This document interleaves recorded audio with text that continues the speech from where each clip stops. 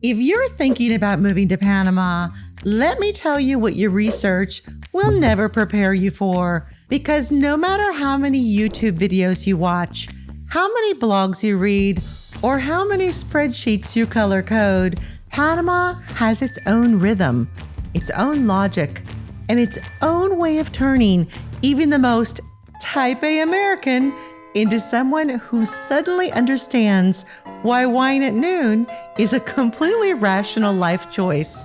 Today, I'm reaching all the way back to 2012, my personal Wild West chapter of Panama, when nothing worked the way it does now, and everything was an adventure.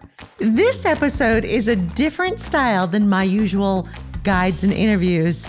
It's my origin story of what happens when a hyper-organized Gringa meets a country fueled by sunshine, vibes, and mañana magic. So pour yourself a glass, coffee, wine, rum, I don't judge, and enjoy this little comedic love letter to the country that stole my heart and broke my calendar. Welcome to the Panama Podcast, from dreaming to doing.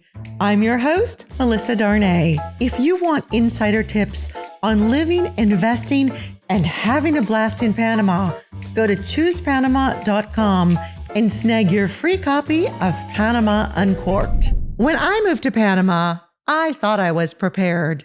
Morning coffee on my balcony as I watched the sunrise, a 5 o'clock glass of wine to enjoy the evening breeze.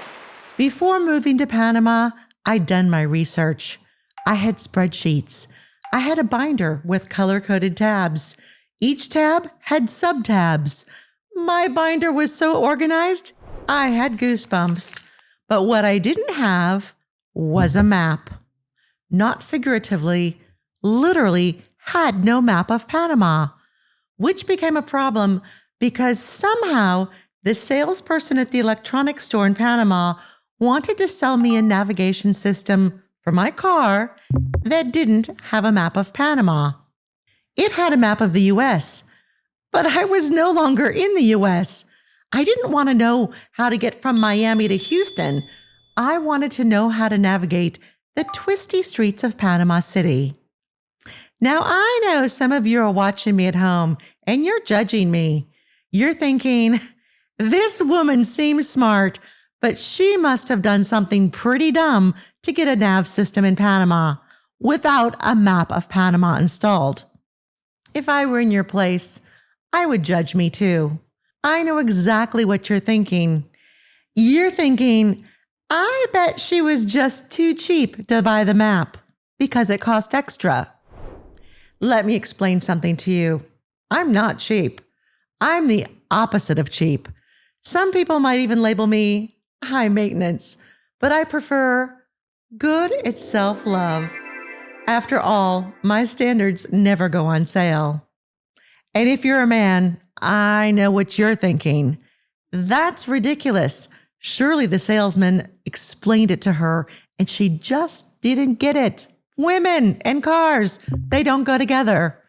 Yes, gentlemen, I know who you are and I can see your eye roll. But here's where you're wrong. When I moved to Panama in 2012, it was like living in an alternate universe. 1 + 1 didn't equal 2. A falling apple didn't fall at the same speed as a falling banana. And a brand new nav system that was for sale in Panama did not come with a map of Panama. This is when I started drinking wine at 4 o'clock. But it didn't stop there. Oh no, Type A, Melissa Darnay, had a dream. I was going to renovate a condo, and I was on a schedule. I know, I was adorable. I asked the contractor, how long will it take? And he said, mañana. Mañana, the most seductive word in the Spanish language. It sounds like a promise, doesn't it? The literal translation of mañana is tomorrow. But in Panama, mañana means not today. It could mean tomorrow, but it could also mean not tomorrow, not next week, not next month, maybe never. Let's see how we feel. In Panama, there's no calendar, no schedule, No color-coded tabs to appease us type A's. There's only vibes. And this is when I started drinking at 3. After all, it's as close to 5 o'clock as mañana is to tomorrow. Now, I've realized something important. I'm not just a type A personality. I'm a type A Gringa, living in a type L culture. L is for Latin, where everything is slower. Rules are more like suggestions, and emotions are very public. In the US, if someone bumps into you, they say, "Excuse me." In Latin America, they say, "Ay, Dios mío, mi corazón. Are you okay? Let's have coffee. Let's talk about your feelings. Let's talk about your childhood. And let's talk about your first boyfriend." And don't even think about scheduling anything without consulting the entire extended family calendar. I once had a contractor cancel on me because it was his cousin's nephew's girlfriend's mother's birthday. I'm sorry, is that even a person you know? And I couldn't even get mad because here, family is everything. Family beats deadlines. Family beats logic. Family beats my color-coded calendar. I was defeated by a birthday of a woman whose name he didn't even know. It's 2 o'clock, close enough. If you're enjoying this origin story and want to learn more, go ahead and press that subscribe button. It's absolutely free and you'll be part of my inner circle. Before I get too distracted, I want to talk about Americans traveling abroad.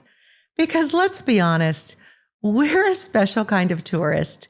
We show up in Panama like, "Do you take dollars?"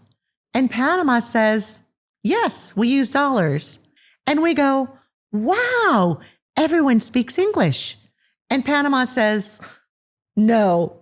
Then we go to a restaurant in a big group and order food.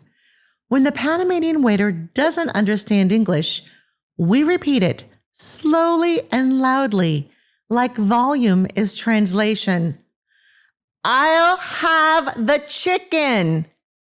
The waiter nods and brings you lengua de res, and you eat it because you don't want to be rude. And it tastes really good. In fact, it's delicious until you translate it and you realize you just ate a cow's tongue.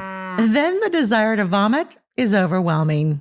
When the bill comes, you realize they're not set up to split checks.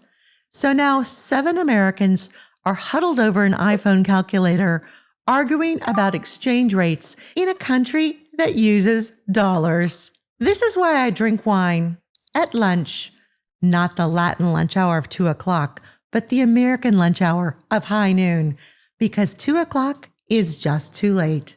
But you know what? After all the mañanas, the mapless navigation, the mildly terrifying beef tongue meals, something magical happened. I slowed down. I started smiling at strangers. I stopped getting annoyed by customer service reps who didn't take returns. And I found peace. Not checklist peace, not organized color-coded peace, real peace, the kind you find when the ocean is your backyard and your biggest decision of the day, red or white. Spoiler alert, it's usually red. And now that I've been in Panama for over a decade, I can honestly say there's no judgment when I drink wine before lunch. So yeah, I may be a type A Gringa in a type L culture, but I wouldn't trade it for anything because every day is an adventure. Every mistake becomes a story, and every mañana eventually leads to a finished kitchen. Eventually. And until then, wine is great with granola. If you enjoyed this little comedic detour, let me know in the comments below. I have plenty more fun stories. Until next time, cheers!